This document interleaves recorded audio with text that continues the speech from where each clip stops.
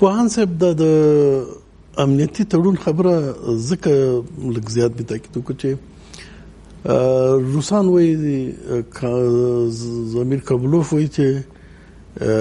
امریکایان کوشش کوي په طالبانو باندې اډې ومني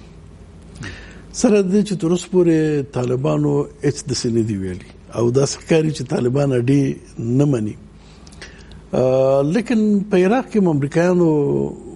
په ښکاره داسې ویلي چې موږ وځو خو عملاً اوس هم هلته شته دی د امریکا رئیس جمهور د عراق د حکومت د اجازې نه بغیر راځي او بیرته ځي نو افغانستان کې دغسې وضعیت نشي چې دوی به رسما به په اصطلاح وتي وي لیکن دلته به مختلف قوتونه وي دا 01 دی 02 دی کمپاین قوتونه دي او د سفارت او یا کنسولګرۍ د ساتلو په نوم به قوتونه وي دلته نو بیا بل اړخ د خبرې دی یو دا دی چې دوی وځي په وتلو کې اتفاق نظر دی چې باید دوی وځي چې دوی خپله اوس په دې کې شامل دي چې موږ وځو دی وایو دویمه خبره دا ده چې بیا افغانانو ته تدبیر پکار دی یعنی احساساتو ځای باید تدبیر ته ورکړي عجله ونه کړي منظور هم دا دی چې په دې عجله ونه کړي بلکې د یو کامل تدبیر نه کار واخلي چې امریکایان وځي نو د آینده د دې څنګه تضمین شي چې بیا دوباره په افغانستان کې داسې ناخوالې رامنځته نه شي او د امریکایان چې کله بیرته راځي نو د نورو ملکونو په شان ته دغه رسمي ډیپلوماتیک او د بین المللي موازینو سره سم البته یو ملک دی موږ ضرورت لرو د ټولو ملکونو سره د سیاسي روابطو من جمله د امریکا سره د روابطو ضرورت لرو هغه بیا دا په کار ده چې د اول سر نه هماغه چې مخکې خو دا خبره وکړه چې امریکایان څه وایي حکومت اما چې اوس راشو د حکومت خبره چې په یو اشرف غني کې خلاصه کېږي نو د ده خبره او د ده نظر او د ده قار او د ده احساسات هغه به یو طرف ته پرېږدو را به شو دې ته په مجموع کې چې دولت دی بیا د دولت په کې د ملت نمایندګي دي چې هغه جمله کې مخکې تاسو ویل چې شورا ده ولسي جرګه ده نو مشرانو جرګه جمع شو ملي شورا شي د دې ټولو بیا په دې رابطه باندې دغه په کار دی تدبیر په کار دی او پریکړه په کار ده ترڅو دا وتک یا تک داسې شي چې دا بنسټیز شي او د آینده تشویشونه چې کوم افغانانو ته دي دغه تشویشو ته ځای نور پاتې نشي او منطقې ته نور تشویشونه پاتې نشي چې امنیتي تړون لغوه نشي چې امنیتي تړون لغوه نشي دا تشویشونه به څنګه رفع شي اوس امنیتي تړون باید لغوه شي ځکه د امریکایانو اجنډا کې شامل نه دي د امریکایانو وتګ دا یوه خبره ده اما دا د تړون لغوه کېدل دا د دې پخوا کې ضروري خبره ده چې دا لازم ملزوم دي یعنی د امریکایانو په وتګ سره باید دا کوشش وشي چې دا تړون هم نور لغوه شي هماغه مراحل چې د شتون په رابطه باندې ترسره کړي هماغه مراحل ډېر زر بیرته ترسره شي چې د دوی نور وتګ په افغانستان کې بنسټیزه شکل باندې چې دوباره دوی د پاره د کوم بهانې ځای نه دا ضرور د طالبان په دې باندې تحریک د طالبانو په دې فکر وکړي او دا تدبیر ولري او دلته په داخل کې کوم ملي شخصیتونه چې دي هغوی په دې باندې فکر ولري او کوم رسمي برخه د دولت چې دي هغه په دې باندې دغه ولري چې ټول په یو تدبیر سره د افغانستان د منافعو خاصتا د آینده تضمیناتو په رابطه باندې قدمونه واخلي چې بیا داسې نشي خدای نخواسته چې قدم احساساتي بیا ورپسې دویم قدم دغه نه بدتر نو ولې اوس د طالبانو او د امریکا د خبرو په اجنډا کې امنیتي تړون نشته دی د امنیتي تړون لغوه که د اجنډا برخه وي دا وتل پکې خود په خود راتلل ځکه اوس د امریکا نه حضور د دې تړون په اساس دی خو په اجنډا کې دا شامل نه دی. مخکې یو دغه سي اوازې وي ځنې کړو خبره کوله اوس هم دغه روسانو چې ویلي دي چې امریکایان غواړي په دې باندې اډیو مني. دا څه خو نه ده چې د اډو په شکل نه د اډو په نوم نه په یو بل شکل باندې په یو ترتیب طالبان دي تر ځای شوی چې امریکایان دلته وی او د خروج نو مرتور کی. راځه ځواک صاحب چې دا شک او تردید او ځوان او ګمان دا په دغه یقین ته وسپارو چې امریکایانو وتک دا ضروري خبره ده. دا ټول وختونه د امریکایان باید وشي. دا چې بیا ورپسې داسې ناخواله را پیدا نشي دا غو د پاره تدبیر پکار دی چې مخکې ما ویله دا باید په بنسټي شکل باندې بیا د دوی وتک نور نهایی شي په افغانستان کې. فقط یو ډیپلوماټیک او هغه سیاسي روابط چې نور ملکونو سره دي دوی سره وي. درست. د دې خبرې یو بل هم ده. امریکا هم تضمین غواړي. امریکا تضمین غواړي چې افغانستان به امریکا ته او جهان ته د ګواښ په مرکز نه بدليږي. د سپتمبر 11 غونډې پیښې قصې باندې کیږي. طالبان دا تضمین ورکوي شي. دا خبره بیا صحیح ده ځکه چې په سیاست کې ده کنن په جنگ کې ده کار څه ده چې په سولې ته بیرته زین 50 به معنی تنازل به معنی سوله دا معنا نه ده چې یو طرف غالب کیږي بل طرف مغلوب کیږي. نو سوله دا ده چې دغه به معنی دواړه خبر شرایط دواړه خبر به تنازل معنی دا هغه به دا معنی چې نور دار زور زواک ختمیږي او جنگ لاره د حل نشوه دا ناشونی و نو د سولې طرف ته ځي سوله معنی او دا سیاسي لاره د حل دي ته پیدا کیږي. دې طرف ته چې بیا د امریکا یا د دنیا تشویش دی په رابطه د ځینې ډلو چې هغه ټول د تشویش لري دا صحیح خبره ده چې بیا طالبان یا هر حاکمیت یا ګډ حاکمیت چې دلته رامنځته کیږي د ولس په اراده باندې یا د ټولو په توافق باندې هغه بیا دغه ولري دا توانمندي ولري او دا دغه باید ولري چې نور د دې ځای نه د افغانستان نه د هیڅ چا د ضرر دپاره دغه قدم نه اخیستل کیږي او د هیڅ چا د خاص منفعت دپاره نه اخیستل کیږي. دا یو آزاد مستقل ملک او هیڅوک به دلته مداخله هم نه کوي او هیڅوک به د دې خاورې نه استفاده هم د بل ملک په ضرر یا په منفعت پوهان صاحب طالبان به د خپل ځان د خوا نه دا تضمین وکړي او طالبان خو لا د مخکې نه وایي چې موږ خارج د افغانستان نه کوم اجنډا نه لرو. زموږ ټول دایره چې د داخل د افغانستان کې ده لیکن خپل امریکا وایي چې د دویش ډلې دي.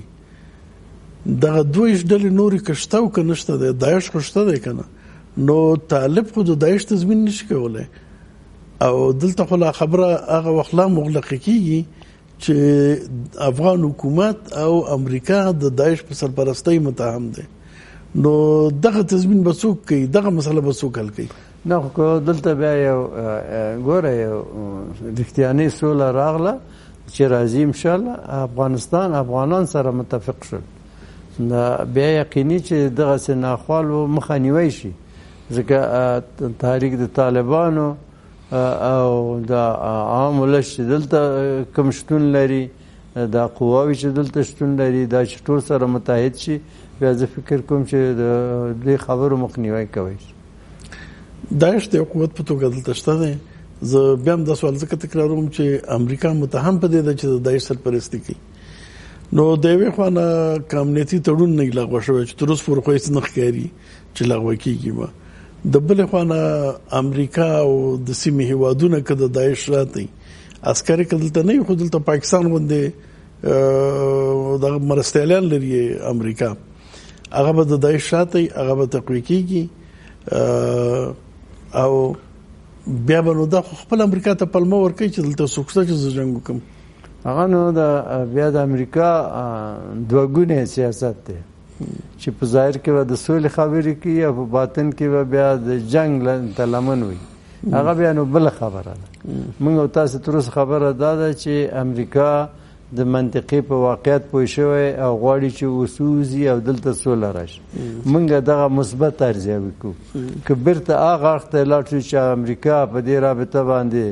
دوه ګونی سیاست ولري، دوه مخی سیاست ولري، په ظاهر کې دا د سولې خبرې کوي او طالبان بیا تقسیمي په داعش او په تحریک د طالبانو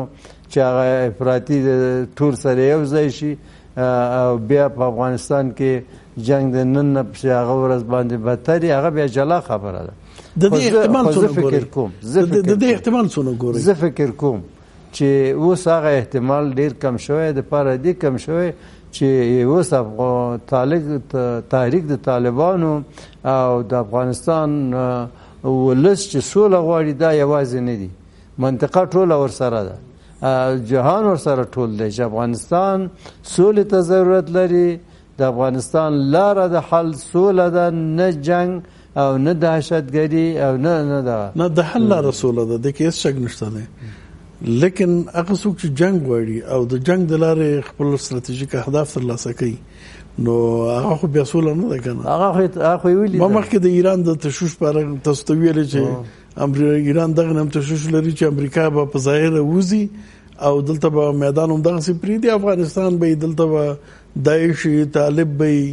نورې ډلې به منځ کې به حکومت وي، خو عملاً به افغانستان یو د جګړې ډګر وي او ټولې سیمې ته به د خطر منبع وي او امریکا یو مسؤل حکومت به هم دلته نه وي چې هغې نه څوک پوښتنه وکړي. نو دغسې وضعیت د مخنیوي لپاره باید څه وشي؟ هغه احتمال اوس ډېر کم شوی. زما خبره دا ده دغسې وضعیت لپاره یوازینۍ لاره د خپل افغانانو اتفاق دی او د یو بین المللي تضمینات رامنځته کېدل. د همسایه منطقې او برقدرتونو دا ټول باید تضمین وکړي چې دوی هم په آینده کې د افغانستان په رابطه باندې منفي او نظامی تحرکاتو ته لمن نه وي او غواړي چې افغانستان رښتینی د سولې خبره ده. لیکن د بین المللي تضمینات څونه عملي دي؟ مثلا د جنوا تضمینات، جنوا معاهده وشوله، په هغې کې دا تضمین وشو چې روسیه به افغان حکومت، شوروي اتحاد به افغان حکومت سره مرسته نه کوي او پاکستان او امریکا به مجاهدینو سره مرسته نه کوي. او زه خپله شاید د جنوا د معاهدې نه وروسته داسې یو اوږد قطار د نظامي لاریو روانو، توپونو نه بارو او مجاهدینو ته دا وسله انتقالېدله داخل د افغانستان ته. دا د جنوا د معاهدې نه وروسته دا کېدله. دا خبر زر سره ټول باندې چې صداقت په مسله کې نه موجود او چې صداقت موجودي یا دای دي چې ټول په حقیقت باندې پوه شي. زما خبره دا ده چې ټول په حقیقت باندې پوه شي چې نور د تحرکات دا په مجموع کې نتیجه ناکامه ده، ضرر ټولو ته ده، هیڅوک ته نه منفعت نشي وړلی، نه امریکا ته نه منفعت وړلی شي، نه منطقې ملکونه، نه همسایه او نه خپل افغانان چې تحریک طالبانو په شمول د جنگ نه هیڅوک منفعت نشي وړلی او د سولې نه هیڅوک نه متضرر کېږي. نو زه د دغه حقیقت پر مبنا وایم چې انشاءالله هغسې وضعیت به نه تکرارېږي. خو تدبیر ورته پکار دی، فکر ورته پکار دی او اندېښنې خبره ده او دا قدم په قدم باید داسې تصامیم ونیول شي چې د آیندې دوراني احتمالات پکې اصلا نه او یا حد اقل هر ګام ډېر په احتیاط باید واخیستل شي چې خدا ناخواسته بل رقم وضعیت ته لاړ نه شو. بیرته راځو افغانستان ته. د کابل حکومت خو په دې ټولو شیانو کې شریک نه دی، دا خو یو جفا ده چې د امریکایي د کابل حکومت سره کوي. لیکن دغه اوس انتخاباتو بهیر چې روان دی، اشرف غني هم د سولې په اړه وایي چې موږ باید په دې کې شریک وو، تر څو چې موږ شریک نه یې څه نه کېږي. او مخکې تاسو خبره وکړله. لیکن کمپاین روان دی، خلکو نوملیکنې کړي دي، انتخابات روان دي. د بلې خوا نه د لږ تر لږه 6 میاشتې یادېږي او زیات تر زیات 13 میاشتې یادېږي چې امریکایان به وځي. نو ښکاره خبره ده بیا خو به یو بل انتظام راځي. نو دا انتخابات به څنګه کېږي؟ ما خو مخکې ویلي بیا هم وایم چې انتخابات او سوله دا اجتماع د نقیضینو ده یو ځای نه سره چلیږي دا شپه او ورځ د تور سپین دی دا یو ځای کېدی نشي که انتخابات وشل سوله نه راځي نتیجه د انتخاباتو د افغانستان رانېدل دي د افغانانو وژل دي د خارجي ملکونو لا زیاته نظامی مداخله ده او خدای ناخواسته تر تقسیم د جغرافیایي حالت د افغانستان پورې ولې که سوله راځي دغه ټول شیان تضمینېږي چې دا به نه کېږي افغانستان به یو ښه طرف په ښه لور باندې حرکت کوي او موږ به انشاءالله د ښې ورځې خاوندان کېږو دا د یو دویمه خبره دا ده چې ته د دغه کاندیدانو نه د هر یو نه چې پوښتنه وکړي یعنې پرته د ډاکټر صاحب اشرف غني نه ټول دا وایي چې اوله خبره سوله ده که سولې خبره نن تحقق ومومي او دا توافق راشي منګ خپل اعلان کوو چې منګ تیری نه درسته لیکن اشرف غني مهم ځکه دا چې رئیس جمهور دی نور خو کاندیدان دي او اشرف غني خو رئیس جمهور دی هغه په دې ټینګار کوي چې نه 15 کاله حد اقل وخت په کار لري چې دا خبره به ادامه لري نو څنګه ډاکټر صاحب اشرف غني هم زما په عقیده کې خپل آینده ته فکر کو نو دا خبره نه کوله چې د افغانستان سولې لپاره 15 کاله پکار دي دا خپل یو پیغام چې افغانستان کې 15 کاله باید جنگ په داس حال کې چې د افغانستان ولس 15 ساعت هم جنگ نه غواړي ځکه اولاد مري کور ورانیږي در په در کېږي مهاجر کېږي بې عزته کېږي بې ابرو کېږي او دته چې بیا بیرته راشي نو جناب ډاکټر صاحب کم زوی دی کې لېږلی کم خپل لېږلی او کم ورځ دی کم جبهې ته تللی چې دا د جنگ زور وویني او تابوت یې مخې ته راشي پس دغه بیا دوی په دې باندې پوه شي دی که دا نور هر څوک چې د جنگ پلویان دي دوی د یو وارې دا امتحان کې چې دا د نور ولس په شان ته تابوت کور ته راشي او مور و خور و ټولې پې وجاړي پس دغه بیا ورته معلوم شي دا جنګ څونه زور لري اوس خو د یو هم نه مري د دې ملت بچیان مري د ملت بچیانو باندې چا زړه نه سوځي حد اقل چې واخلې د دوو خواړو نه د ورځې د حدود د 300 کې وژل کېږي دا خو فابریکه نه ده دا خو د دې وطن همدغه مندې دي چې هغوی به 20 کاله انتظار وکاږي بیا به دا ظالمیان خپل دغه حد ته رسي دا د افغانستان آینده بې بدیله سرمایه ده دا بالاستحقاق وارثین د دې ملک دي دې باندې زړه سوانده پکار ده دې ته فکر پکار دی دې ته اندېښنه پکار ده او د دې مخنیوی پکار دی په هر قیمت چې په هر قرباني چې نور باید یو افغان منګه د لاسه ورنکړو درست طالبان وایي چې منګه امریکایانو سره توافق ته چې ورسېدلو بیا به افغانان خپل منځ کې خبرې کوي خو معنی دا ده چې حکومت سره او د نظام کې شامل نور طرفونه چې دي هغې سره به خبرې کوي دلته داسې چمتووالی تاسو ته ښکاري که نه زموږ سیاسي احزاب ډلې او حکومت چې یو فکر خو ولري یو نظر خو ولري دې باره کې یو چمتووالی خو ولري شته دی داسې یو څه داسې خبرې پیش شته ما تر اوسه پورې داسې متحد نظر ته نه دي رسېدلي زه امیدوار یم چې دا وحدت نظر ډېر زر رامنځته شي او کله چې طالبان دې ته آماده شو دې طرف ته هغه ملي حرکت د آمادهی چې خبرې د افغانانو ترمنځ شروع شي او موږ ملي تصامیم ته ورسېږو ملي تصمیم نه یوازې طالبان نیوی شي نه یوازې حکومت نیوی شي هغه کې باید د افغانستان اکثریت ملت مشران شاملي او که سیاسي دي که قومي دي او که نور معاصر شخصیتونه دي دا ټول باید په دې کې شامل دي که نر دي که ښځې دي دا ټول یعنی دلته دا نظام کې چې څوک دي سیاسي احزاب دي ګوندونه دي ډلې دي شخصونه دي مجموعاً ټول باید په دې کې شامل وي لیکن د حکومت مخالفت باعث نشي چې دا کار اسانه نه وي حداقل که ناممکن نه وي نو اسانه هم نه وي چې یو ملي اجماع رامنځته شي په دې اړه د حکومت مخالفت خو بېشکه په دې باندې اثر لري خو کله که ملت د تصمیم ونیسي عملا میدان ته راوځي، خاصتا د مشرانو مطرح کسانو ملي کسان، بیا په هغه صورت کې حکومت هم څه نشي کولی. او که یوازې یوه خبره کوي بیا طبعا د حکومت خبره په خپل ځای پاتې کېږي چې هغه نه غواړي بیا نه کېږي. درست، یعنی په کار دا ده چې ملت هم ټول شي سره باید عملی قدم کېږي. عملی قدم کېږي. عملی قدم به نو شي. عملی قدم دغه دی چې یو ملي حرکت رامنځته شي، د ملي شخصیتونو د خوا پیژندل شوي شخصیتونه د افغانستان دا ټول سره راغونډ شي او تقریبا دا یو نسبي توګه باندې د افغانستان نمایندګي وکړی شي او د ټولو دپاره کني اکثریت دپاره د منلو وړ. په هغه صورت کې زه یقین لرم چې طالبان هم د دې سره بیا حاضر دي چې خبرې ورسره وکړي، مذاکرې ته ورسره کښېني او حکومت هم په دې رابطه باندې یقینا د دې نه بیا زیات پافشاري په جنګ نشي کولی. صحیح. نو دا خو هر څه وخت ضرورت لري، یعنې د ساعتونو د ورځو خبره خو نه ده. ملي اجماع رامنځته کېدلو، خبرې کولو، بیا یو نظر ته بیا طالبانو سره یو توافق ته رسېدل، نو تر هغې پورې انتخابات کېدل خو مخکې تاسو نه فکر چې انتخابات خو یعنې 15 کاله نور هم جنګ، نو چې انتخابات نه کېږي دغه خبرې دا بهیر به څوک پر مخ وړي؟ عمده حکومت نه. که دا حکومت ورسره همراهي وکړي ښه خبره ده. که دا حکومت ورسره همراهي نه کوي